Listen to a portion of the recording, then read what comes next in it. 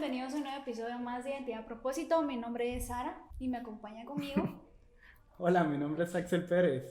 Y estamos muy contentos de poder tener nuestro cuarto episodio y esperamos sea de mucha bendición para todos. En este momento pues nos acompaña nuestro pastor asistente de la Iglesia Pentecostal Unida Guajitos, Pastor Alejandro Ramos. Pastor, cuéntenos cómo se siente el poder estar aquí con nosotros. Cuéntenos un poquito. Gracias, ante todo, pues le damos gracias a Dios por estar esta tarde acá con ustedes compartiendo. Bendigo a Dios por la vida de ustedes y este proyecto. Nos sentimos muy bendecidos de poder compartir lo que Dios ha hecho en nuestras vidas. Amén, amén. Qué bueno tenerle en esta ocasión en nuestro podcast. El primer invitado en este segmento, es una bendición tenerle. Queremos empezar un poquito conociéndolo, cómo ha sido parte de su niñez.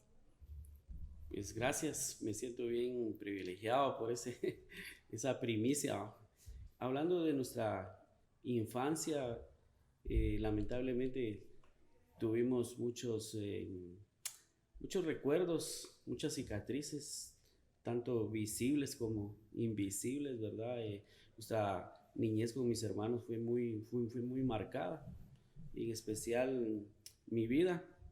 Vengo de 5 hermanos, yo soy el de en medio, tengo 2 hermanos mayores, 2 menores y precisamente yo soy el de en medio, pero mi vida fue bien marcada porque no sé qué sucedió ahí con nuestros padres y tuvimos una infancia donde todo era trabajo.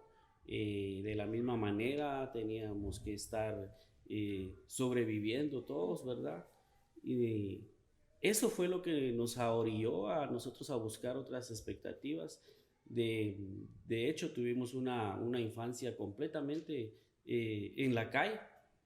Mi vida fue bien marcada porque tuve que vivir con varios familiares, ¿verdad? Vengo de una familia donde hubo mucha violencia, donde hubo maltrato, abuso, y eso me llevaba a yo buscar mi familia de parte de mi papá. Yo viví con mis tías de parte de mi papá, viví bastante tiempo con ellas. De parte de mi mamá, también de la misma forma. Mi mamá tiene 4 hermanas y con mis 4 tías viví. Toda mi infancia fue así, un año con una familia, un año con otra familia. Recuerdo bien a mi tía, que con ella compartí más tiempo, pero así fue mi vida. Mi vida fue así de salto tras salto, un hogar tras otro hogar, porque en la casa había mucha inestabilidad. Mi padre, lastimosamente, de lo que me quiero trasladarles en esta tarde, mi padre fue también alcohólico y él murió en el alcoholismo. Entonces, recuerdo que iba a entrar yo a la edad de los 18 años cuando recibí la noticia que él murió a raíz del alcohol, pero él no, su muerte fue lamentablemente en un basurero, porque él se dedicó a tomar, perdió el control de su vida y él falleció en medio de un basurero en la zona 11. Y esas son las heridas que uno tiene que ir superando, ¿verdad? Amén, hermano. Sí, cada uno pues tiene sus procesos y me imagino que el suyo sí fue muy marcado y la herida que sí le dejó pues no es tan difícil quizás hasta ahora decir lo he pasado, pero me imagino que usted a raíz de eso empezó por lo que estaba pasando su papá. Sí, eso nos ahorrió bastante a todos mis hermanos. De hecho, mis 2 hermanos mayores, nos ahorrió a buscar. En la casa había un lema que el que quería comida tenía que trabajar, ¿verdad? Eh, a mí me gustaba estudiar, pero en la casa no había ese beneficio. En la casa había que trabajar para poder comer. Entonces, eso nos abría a nosotros a buscar otros lados, ¿verdad? Donde uno sentirse un poco refugiado. Y eso nos llevó, especialmente a mi vida, me llevó a buscar los vicios. A la edad de 12 años ya estaba yo completamente tomando, ya experimentaba. Todo va de menor a mayor, ¿verdad? Entonces, todo empezó con fiesta, todo empezó con que un poquito, todo empezó... Pero a la edad de 13 años yo ya estaba ya completamente en el vicio del licor. Eso fue una de las armas del enemigo que usó en mi vida para poderme hacer perder el control de mi vida. A la edad de 13 años yo ya estaba completamente, ya tomaba, ya no era de vez en cuando, ya no era en una fiesta, ya no era una probadita, sino que ya era de sábado tras sábado, porque así se comenzó, sábado tras sábado, una fiesta y así. Pero a la edad de 13 años, y recuerdo muy bien cuando estaba yo entrando a la edad de los 14 años, a la edad de los 14 años, yo decido salirme de la casa por completo, porque estaba de una mi tía tras otra tía, de una mi tía tras otra tía. Entonces a la edad de 14 años precisamente, y tengo bien marcado esa fecha, esa edad, porque conocí una familia y esta familia me ayudó, pero a la edad de 14 años yo salí de mi casa completamente, viví en la calle, así literal, viví en la calle. Y fueron 3 años que yo no supe nada de mi papá, 3 años que yo no supe nada de mi mamá, de mis hermanos.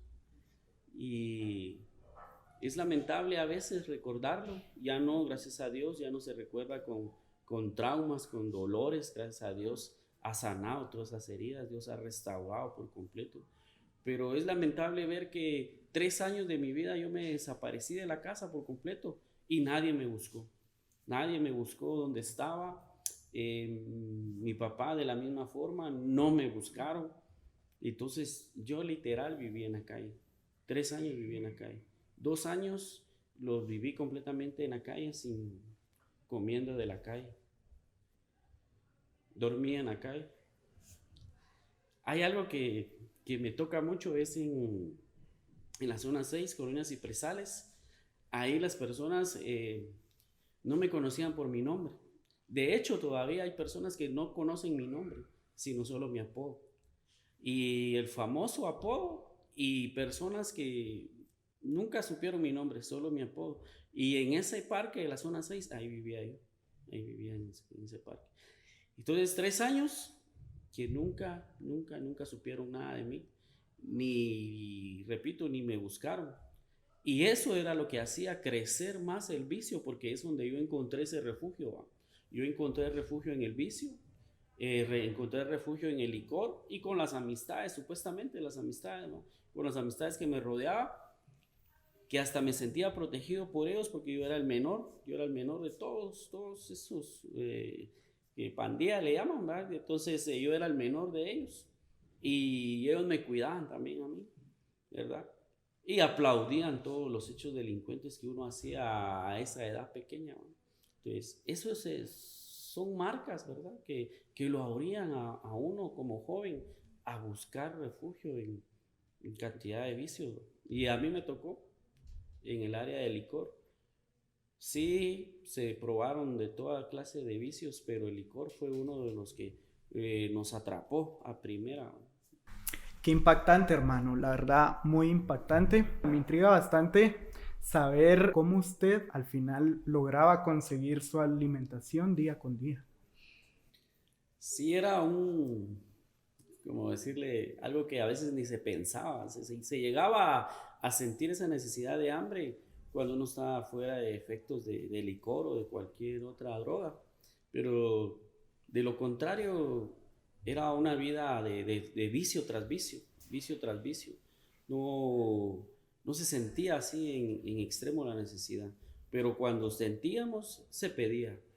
Yo en lo personal pedía cuando habían casos extremos. Eso es lo tremendo, hermano. Su pregunta está muy, muy, muy interesante, muy buena, porque eso es lo tremendo, que cuando había necesidad de hambre, cuando estaba la necesidad del hambre, yo pedía o recogía o buscaba, pero es aquí donde yo quiero, no sé cómo decirles, pero para el vicio uno robaba, pero para el hambre no robaba uno, pedía, recogía.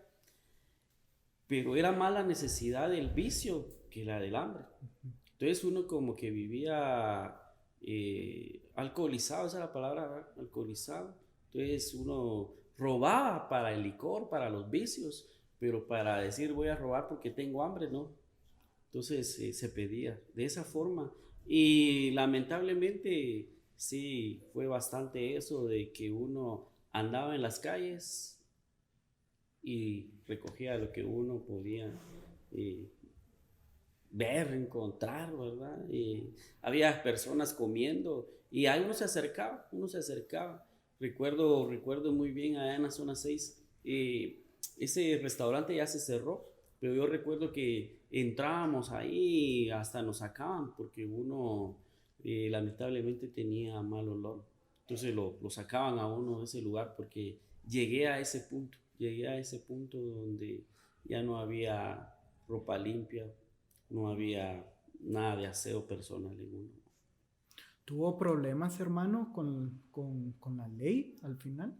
Sí, bastante, bastante. Nosotros teníamos lamentablemente mucho problema con la ley. Los llegamos a cansar, los llegamos a incluso hasta cuando nos detenían, otra vez vos, y ya no nos metían presos, lo que nos hacían era que nos golpeaban y nos iban a dejar. En los tiempos que yo estuve en la calle, las patrullas, no sé si ustedes van a recordar, pero las patrullas eran esos automóviles Tercel, me acuerdo yo que eran, no eran los pick-up que andan ahora los policías. Entonces lo metían a uno a esos carritos y lo llevaban, lo golpeaban, pero ¿por qué? Porque ya sabían que a las pocas horas iban a tener noticias de uno otra vez. A las pocas horas ya iban a estar llamando que uno andaba molestando por ahí. Entonces, otra vez vos. Ya nos conocían, nos golpeaban y nos volvían a dejar, ¿no? Y hasta la gente decía, otra vez ya anda ahí, otra vez, ¿verdad? Eso era como que un diario vivir y lamentablemente se tenía que pasar por eso casi que a diario, ¿no? Uh-huh. Yo quisiera preguntarle, usted mencionaba que conoció a unos amigos en los cuales ellos me imagino que ese fue el círculo de amigos que tenía, en que lo incitaban a hacer, a robar por el vicio, ¿verdad? Me imagino que ellos lo inducían a eso, ¿no? Sí, bastante porque cada quien tenía que poner a cierto tiempo su cuota, pues, ¿verdad? Alguien tenía plata, alguien tenía dinero ahorita, compraba y tomábamos de lo que él tenía, pero también le tocaba a uno, porque esa es otra parte también que se vive en la calle. Esa es otra parte de que cuando uno no aporta nada, también es golpeado por ellos, ¿verdad? Ahí hay mucho, miren, si hablamos de autoridad, hablamos de liderazgo, en las pandillas hay mucho, se maneja mucho eso. Entonces uno tiene que ver eso, de que también uno tiene que aportar. Entonces cuando uno tiene que aportar para el vicio, porque ya puso fulano, ya puso mengano, entonces uno, bueno, te toca. ¿Y qué es la parte? No tengo, entonces hay que ir. Y es la parte como que no obligatoria, sino que toca, ¿va? Te toca, y si no, al otro día o más tarde, uno no tiene derecho a tomar porque uno no ha puesto, ¿verdad? Entonces, tenemos que hacerlo. Entonces, a robar, definitivamente, porque de donde trabajo, de donde una ayuda, se pide mucho dinero. Uno andaba pidiendo dinero a cualquier persona. Uno cansa a las personas también en esa área. ¿Cómo se inicia usted, pastor, en las pandillas? Ese punto está muy, muy, muy, muy bueno, hermano, porque antes de que nosotros llegáramos, o en especial yo, al punto de licor, hubo un tiempo de fuerza, hubo un tiempo de el licor no me había atrapado, Entonces, primero estaban las pandillas, ¿verdad? Yo toqué una área muy importante en la pandilla de liderazgo, podría usar esa palabra. Ahí se manejan las jerarquías, pero cuando uno está en la pandilla, uno va escalando a medida que uno hace delincuencia, uno va escalando. Y uno goza de beneficios, goza de dinero, pero el vicio me llevó a mí a tocar fondo y perdí ese nivel que tenía porque el vicio ya era más fuerte. Entonces ya no me dedicaba a hacer delincuencia de pandilla, sino a tomar. Y es ahí donde lo van oreando a uno. Y es ahí también donde hay un parteaguas de que uno como que lo aísla un poco las pandillas y uno se dedica al vicio. Y eso fue mi parte.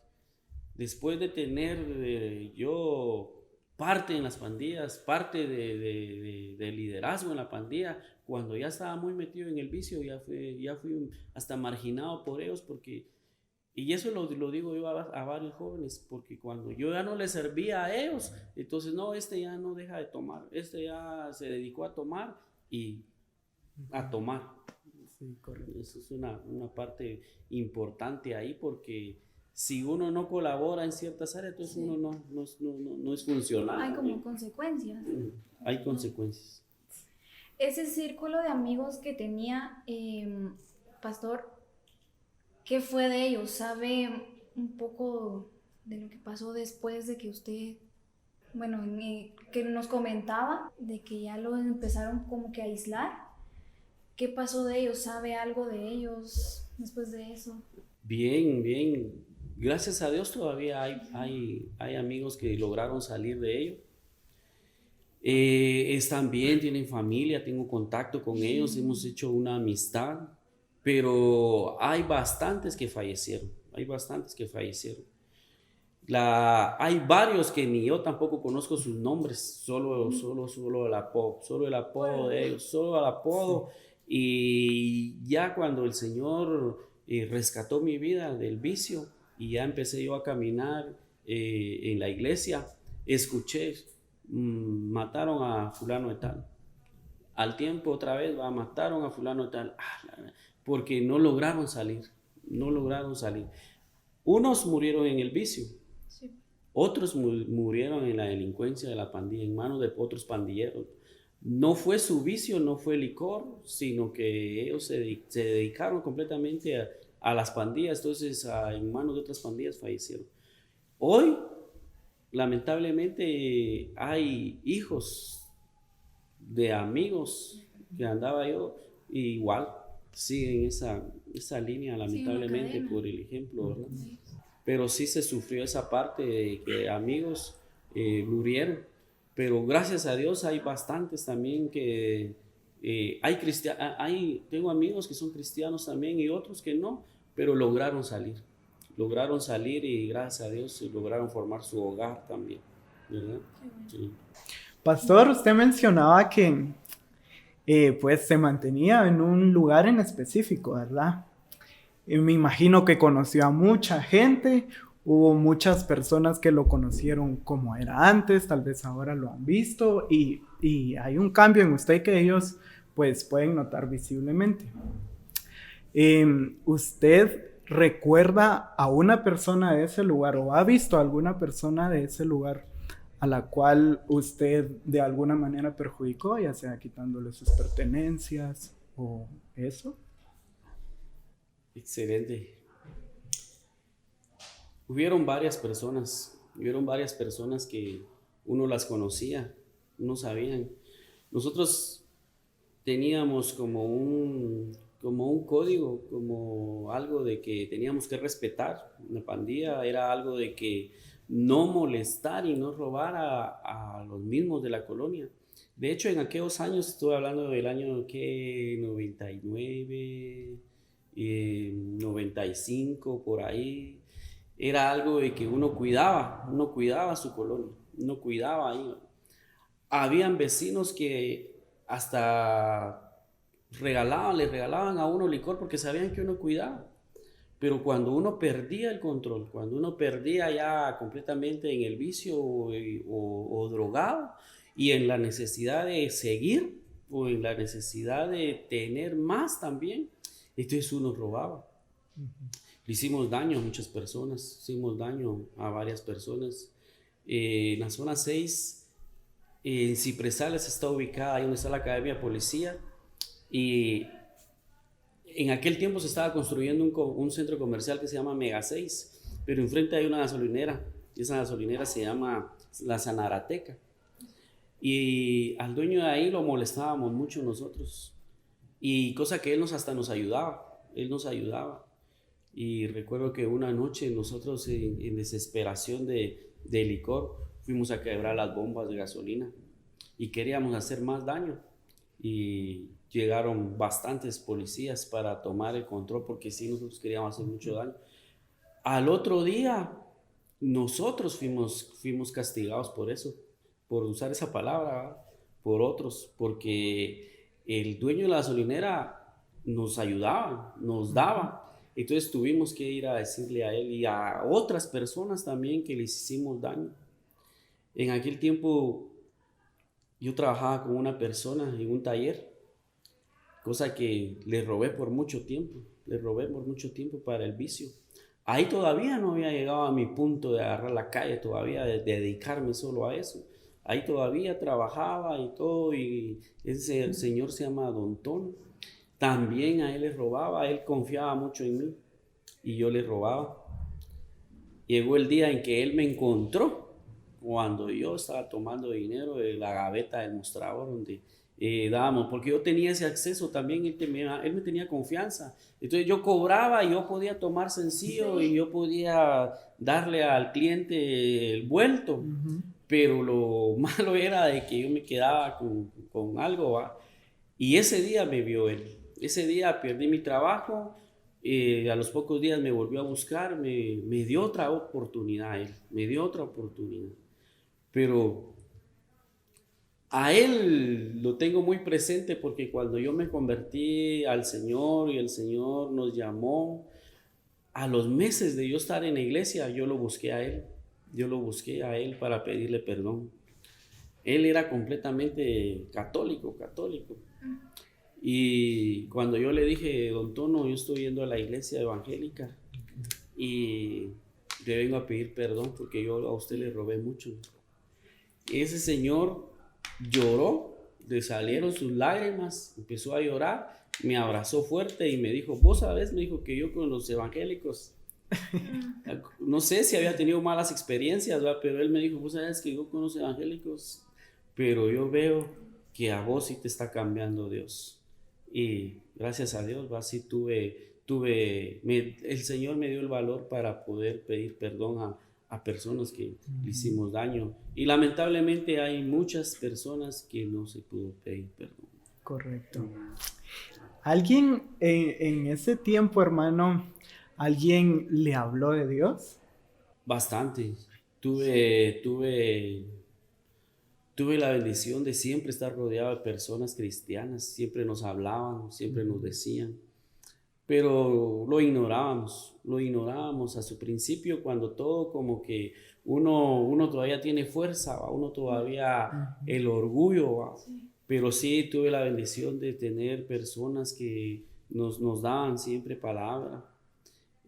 Hacíamos daño a las iglesias también, ¿va? Porque cuando sabíamos de que había alguien que ya no estaba con nosotros porque se había ido a la iglesia, había un enojo, pero sí tuve la bendición de recibir siempre consejo, pero no lo aceptaba. Fue cuando ya no encontré salida, fue cuando empecé ya a aceptar, pero sí estuve rodeado de gente que nos daba palabra. ¿Qué edad tenía cuando a usted le empezaron a hablar de Dios? Por lo regular casi fue siempre, Eso es lo que yo le doy gracias a Dios, que el Señor en su misericordia siempre ponía gente que nos hablaba, pero como les digo, uno no hace caso. Sí. ¿Verdad? Unos oídos sordos. Sí, claro, uno no hace caso, uno siente que tiene el control, uno siente que puede dominar y que el vicio no lo va a llevar a uno a esos grados que la gente le decía, porque Habían personas que, mira, estás muy patojo, te vas a perder, estás comenzando, pero no sabes el final. Mira, el fulano de tal ha destruido a mucha gente. El fulano de tal ha destruido. Entonces uno es ese oído sordo, ¿va? Pero siempre hubo personas que nos iban diciendo, pero no, uno cegado en el vicio donde uno está, ¿verdad? ¿Cuándo usted sintió que tocó fondo, pastor? Eso es bien marcado en mi vida porque recuerdo en una ocasión que estuve al borde de la muerte. Estuve varias veces al borde de la muerte y recuerdo en una ocasión que fue una noche que conocimos a una persona que tenía mucho dinero y él por pedir protección nos daba de todo, que nosotros lo protegiéramos, lo cuidáramos. Y esa noche hubo mucha droga, hubo mucho licor. Y entre ellos, cuando yo desperté al otro día, yo desperté completamente desnudo en una habitación donde estaba buscando droga. Y yo recuerdo bien esa ocasión porque andaba tan perdido yo en la droga que yo recuerdo que me hablaban. Yo oía una voz y que me decía despertar. Y esa voz se repetía así varias veces hasta que yo logré reaccionar. Cuando uno está dormido y lo están despertando a uno y hasta que uno logra oír la voz que lo está despertando. Entonces de esa forma estaba yo y yo oía la voz que me decía despertar. Y cuando yo despierto ya así, ya bien, viendo dónde estaba mi realidad y empecé a ver dónde estaba y yo le doy gracias a Dios porque en esos momentos uno vende su cuerpo por el vicio, y lamentablemente lo tengo que compartir, pero que iba a ser violado, pero cuando me di cuenta como que yo estaba también diciendo, o sea, yo lo estaba haciendo por el vicio, sí, ¿verdad? Yo lo estaba haciendo por el vicio. Y esa vez recuerdo que desperté, pero esa voz fue la que me despertó, no fui yo, sino la voz me decía despertar por lo que iba a pasar, Y esa vez hubo un gran problema, porque cuando reaccioné, íbamos a ser abusados varios, pero uno había cedido, porque uno en la necesidad del vicio, uno cede. Tuvimos bastantes compañeros, hay mujeres también involucradas en todo esto, lamentablemente. Hay mujeres también que dan su cuerpo por el licor, por el vicio, por la droga. Entonces, como que se vuelve también parte de, y ese estilo de vida es bien fuerte. Entonces eso marcó también mi vida para decir no, tengo que buscar solución. Ahí ya estaba completamente yo perdido. Ahí ya no tenía yo respaldo de nadie. Ahí ya estaba estaba solo. Hasta los mismos compañeros, cuando uno empieza a hacer cosas ya fuera de lo que está, entonces ya lo dejan solo a uno. Ahí fue donde yo tuve que despertar de mi realidad porque el vicio ya me estaba dominado yo por el vicio, al punto de hacer cualquier cosa por el vicio. Ya no era como yo quiero hacer esto, sino que ya es impulsivamente, me imagino yo que esto voy a hacer porque quiero esto, ¿no? Sí, lamentablemente así es la necesidad del vicio. Yo he compartido ahora, he tenido la bendición de ayudar y aconsejar a otros. Y es tremendo, hermanos, es tremendo eso porque uno a veces no comprende. Uno mira que el vicio se puede dominar, que el vicio puede uno tener control y no. El vicio tiene control de uno. Correcto. El vicio tiene control de uno y Hablando en el ámbito espiritual, sabemos que es un espíritu, ¿verdad? Que controla eso y lo que hace lo lleva a uno a hacer cosas completamente fuera de orden para saciar eso, ese deseo del vicio. Y les hablo de drogas, de alcohol. En ese momento cuando usted escuchaba esa voz, en ese momento me imagino no entendía, es Dios. En ese momento no decía, alguien está orando por mí. No lo entendía, ¿verdad? ¿Cómo salió usted de ahí? ¿Cómo se levantó y dijo, pues yo me voy? Pues no sé qué voy a hacer ahorita, pero yo me voy. Sí, eso lo entendí a las horas. Eso lo entendí a las horas porque cuando yo desperté de esa voz, yo no sabía quién era la voz. Hicimos problemas, hicimos todo para salir de ese lugar. Salimos de ese lugar, llegamos al parque donde era nuestro punto de reunión. Llegamos al parque, había una desesperación en mi vida. Yo dije, llegué a ese punto, llegué a eso, ¿cómo es posible? Y había un remordimiento y había algo de que uno se quiere quitar la vida, pero es por ello que uno no quiere dar ese otro paso, porque cuando uno da ese otro paso ya está uno completamente. Entonces yo que dije, mi solución es quitarme la vida, mi solución es ser borrado, pero a las horas de estar ahí sentado, eso es lo tremendo cuando el Señor tiene un propósito para la vida de la persona. Ajá. Porque a las horas de yo estar ahí, llegaron a hacer un culto. Y cosa que nada que ver en los parques a veces llegaban a hacer culto domingo o sábado. Y ese era un día entre semana. Y no era horas de un culto porque eran como las 11 de la mañana. Y llegó un grupo y empezaron a hacer un culto en el parque. Y en aquel tiempo pues no habían bocinas como hoy, sino que aquellos megáfonos, ¿verdad? Y yo recuerdo a las personas, ya no recuerdo su cara, ya no recuerdo, pero solo en mi mente yo los veo parados en el lado que yo los ubiqué. Y empezaron a hacer un culto.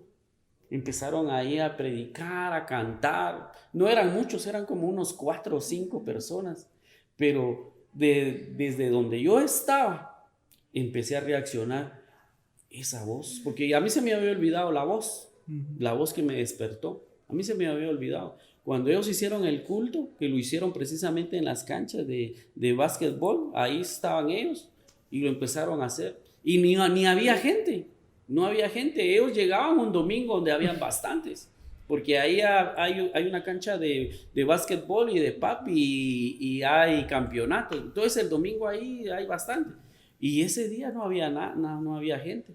Y yo empecé a escuchar, empecé a oír y empecé a decir, esa voz, ¿quién me habló entonces?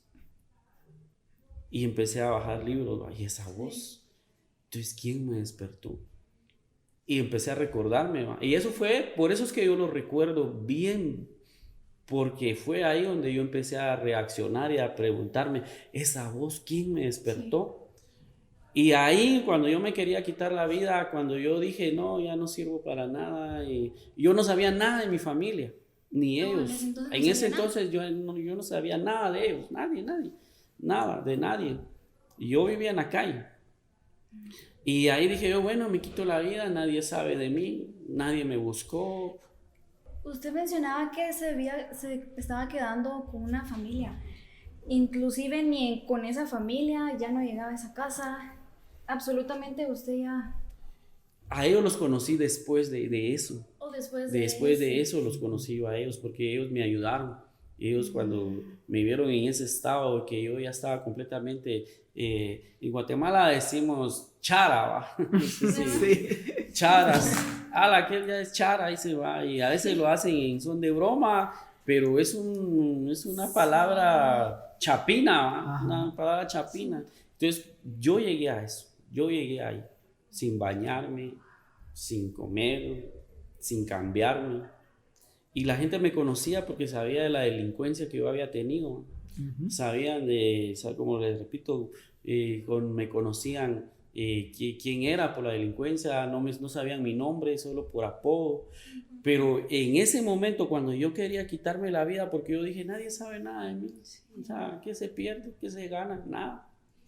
Pero cuando las personas llegaron a hacer el culto, yo entendí que la voz que me despertó había sido Dios.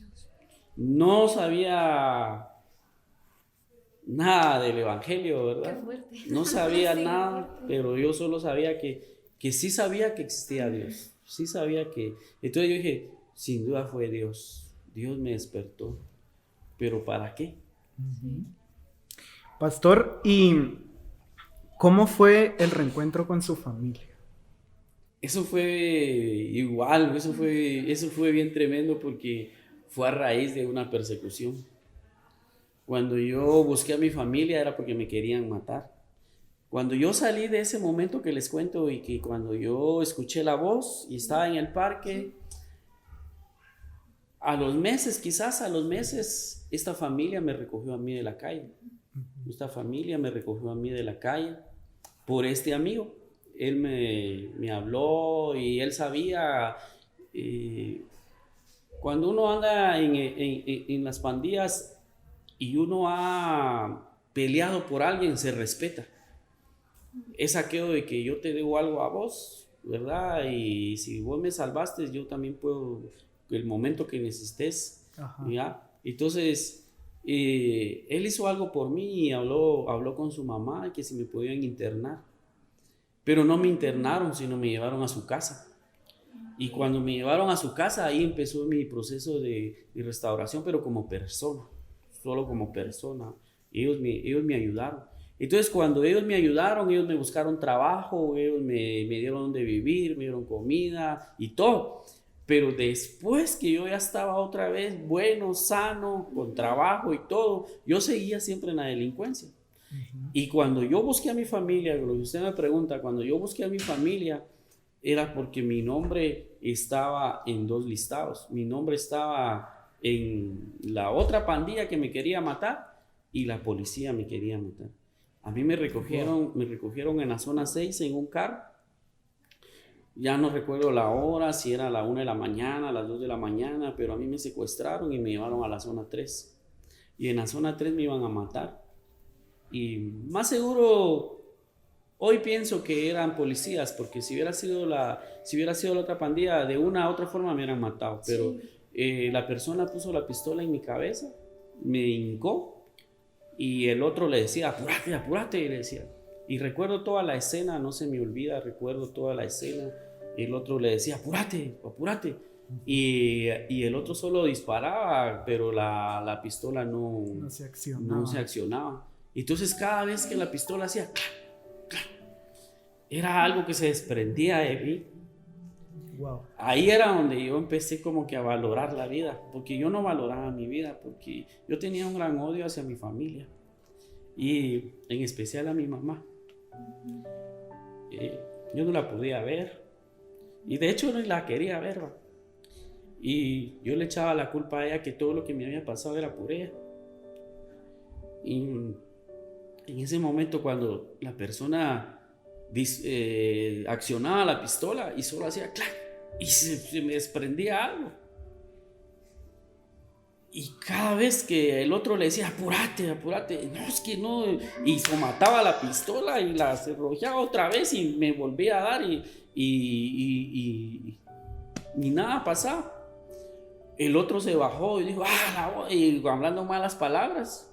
El otro se baja y saca su pistola y hace lo mismo, ¿va? La alista y me la pone en la cabeza y también la de él no accionó. Wow. Y cuando la de él no accionó, entonces solo me golpearon y me tiraron en un barranco.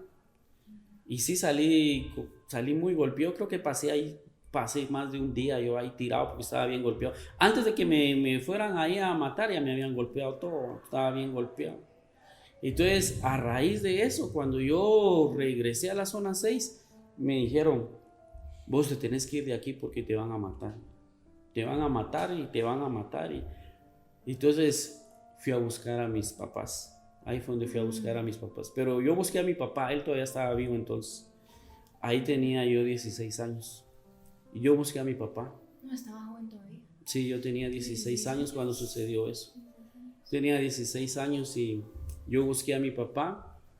Y cuando él me vio fue algo impresionante porque por primera vez yo recibí un abrazo de él.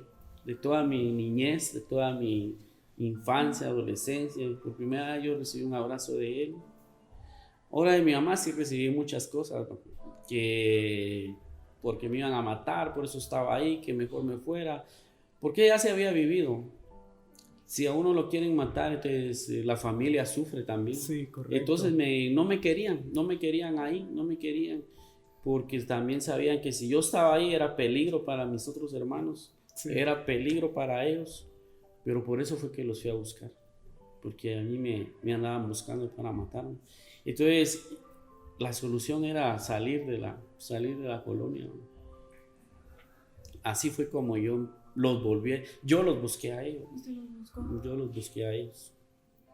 Luego de ahí, ¿para dónde fue su dirección? ¿Para dónde se fue? ¿Qué hizo después de encontrarse con su familia? Como yo no tenía rumbo, eso era lo lamentable, que yo salí con las manos vacías, no tenía rumbo. Sí, empecé a experimentar desprecios de mi hermano grande, porque él vivía ahí con ellos. Y esas humillaciones de que me fuera, porque era un peligro que yo estuviera ahí, ¿no? Entonces me contacté con otro amigo, porque como ella ya tenía fuerza, ya no estaba en el vicio del licor. Entonces me contacté con un amigo, él me abrió sus puertas, yo me fui para allá. Pero a este es otro proceso, porque cuando yo me fui para allá, él vivía en la Florida. Y cuando yo me fui a la Florida, lo único que encontré fue a otra pandilla más fuerte de la que yo andaba. Y otra vez. El mismo. Solo que ya tuve cuidado de no caer en el vicio del licor, porque eso sí incluso hasta ellos no me daban, hasta ellos me aislaban del licor, porque eso sabían que yo era... Sí. Tocaba fondo de licor, entonces procuraban que yo no tomara, ¿va? Pero cuando yo me fui a la Florida, otra vez encontré gente más, otro nivel de delincuencia, ellos ya se dedicaban a otros, había cierto grupo que hasta robaba carros blindados, entonces completamente mi vida fue así, y es ahí donde yo empezaba en las noches a decir que yo me quería morir, porque para mí no había cambio. Salía de una y caía a otra peor, ¿ya? Salía de algo y entraba a otro estado peor. Entonces yo me quería morir, intenté quitarme la vida, me volví, cuando encontré a ellos, ahí eran solo armas, ¿no? En la Florida era solo armas. Cuando encontré a ellos me volví más violento, pero mi violencia era para que me mataran, ¿no? O sea, yo buscaba problemas, pero en mi mente era, le voy a hacer problema a este para que me maten. Y resulta que no. Dios tenía un plan. Tenía un propósito al final. ¿En qué momento usted sintió esa restauración que Dios estaba haciendo en su vida? Eso es bien importante en mi vida, porque yo estaba decidido a quitarme la vida. Estaba decidido a... Si no me quitaba la vida yo, que alguien me matara. O sea, a mí no me importaba el peligro. Yo no medía peligro. Yo no miraba gente de... si era más fuerte, más grande, si eran varios. Me dispararon varias veces, no sé por qué. Bueno, la voluntad del Señor y su misericordia, pero no me balearon. Y en una ocasión le hicimos problema a unos militares, nos dispararon también, solo un pequeño rozón. Pero como yo no valoraba mi vida, entonces yo decía, ¿qué me puede cambiar a mí? ¿Qué me puede cambiar a mí? Y el problema es que yo no tenía ningún pensamiento de autoestima. Yo quería morir porque yo quería morir. A nadie le importaba, a nadie le interesaba. Entonces ese sentimiento me hacía a mí que yo perder mi vida. Entonces el proceso de restauración fue porque yo le dije en una ocasión, sin conocer nada de Dios, yo le dije, si hay algo que me pueda cambiar, que se manifieste. Si hay algo que me puede cambiar. Yo aparentemente conocía de Dios, porque mi mamá, cuando nosotros éramos pequeños, ella ya era cristiana. Ella era cristiana, sí. Ella era cristiana, íbamos a la iglesia, pero como lamentablemente nunca hubo un buen ejemplo en casa. Entonces cuando nosotros crecimos, cada quien hizo lo que quiso, porque no había un buen ejemplo, no había una... O sea, mi mamá iba a la iglesia, pero nunca lo practicaba. Sí. De la misma forma, mi papá solo iba a la iglesia con ella, pero todos los sábados tomaba y a los días estaba en la iglesia. Entonces no había ese ejemplo de Dios en nuestra casa. Entonces yo sabía que estaba Dios, pero nunca lo había experimentado ni conocido. Y esa noche yo le dije, si hay algo que pueda cambiarme a mí, que yo quisiera escuchar. Yo quisiera escuchar. Una amiga que tuvimos una fuerte relación con ella, hasta visitamos espiritistas para que yo fuera liberado de ese vicio y de ese espíritu de muerte que yo perseguía y que yo quería perder la vida. Yo se lo decía a todos, sí. Ya me quiero morir hoy. No, hombre, vos que voy a llamar mala suerte, voy a llamar la muerte. No, hombre, no, ya me quiero morir hoy. Y yo me ponía al frente del peligro cuando iba a hacer delincuencia, porque yo me quería morir. Y la misericordia de Dios guardó nuestra vida. Amén. La misericordia de Dios estuvo presente, porque el hombre quiere, como cuando uno no tiene nada de valor y autoestima, uno quiere perder su vida. Sí. Pero Dios estuvo presente. Qué impactante testimonio, hermano. Quisiera hacerle otra pregunta más. Y puede decirnos, hoy por hoy, ¿quién es Alejandro Ramos después de este proceso? Gracias, hermano. Pues hoy, gracias a Dios, vivo felizmente casado. Tengo 2 hijos. Christopher Ramos tiene 20 años y Jainé Ramos tiene 12 años. Con mi esposa administramos una empresa que es herencia de mis suegros. Soy carpintero de oficio, nos dedicamos a la carpintería profesional. El año pasado logré sacar mi bachillerato. He sacado algunos cursos de diplomado bíblico, de ciencias bíblicas. Wow. Avalado por la Sociedad Bíblica de Guatemala, con la Universidad Panamericana. Pero mi final no fuera sin la ayuda de Dios. Mi final no fuera así sin la ayuda de Dios, definitivamente. El llamado de Dios a mi vida ha sido muy, muy marcado, muy, muy puntual. Él llegó precisamente a mi vida cuando nosotros estábamos otra vez al borde de la muerte, con mi esposa en un hospital. Él nos llama definitivamente. Y le damos gracias a Dios por todo lo que Él ha hecho, pero una cosa es muy importante ahora. Una cosa es muy importante porque mi vida, y siempre doy el ejemplo de la vasija del alfarero. La vasija se puede romper, la vasija se puede deformar, la vasija puede estar sucia por dentro, la vasija puede haber sido utilizada para usos viles, muy viles. Mi vida fue muy vil. pero la mano restauradora de Dios, Él es nuestro alfarero.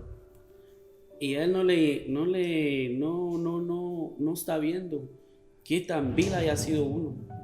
Él no está viendo qué tan profundo haya sido uno de maldad.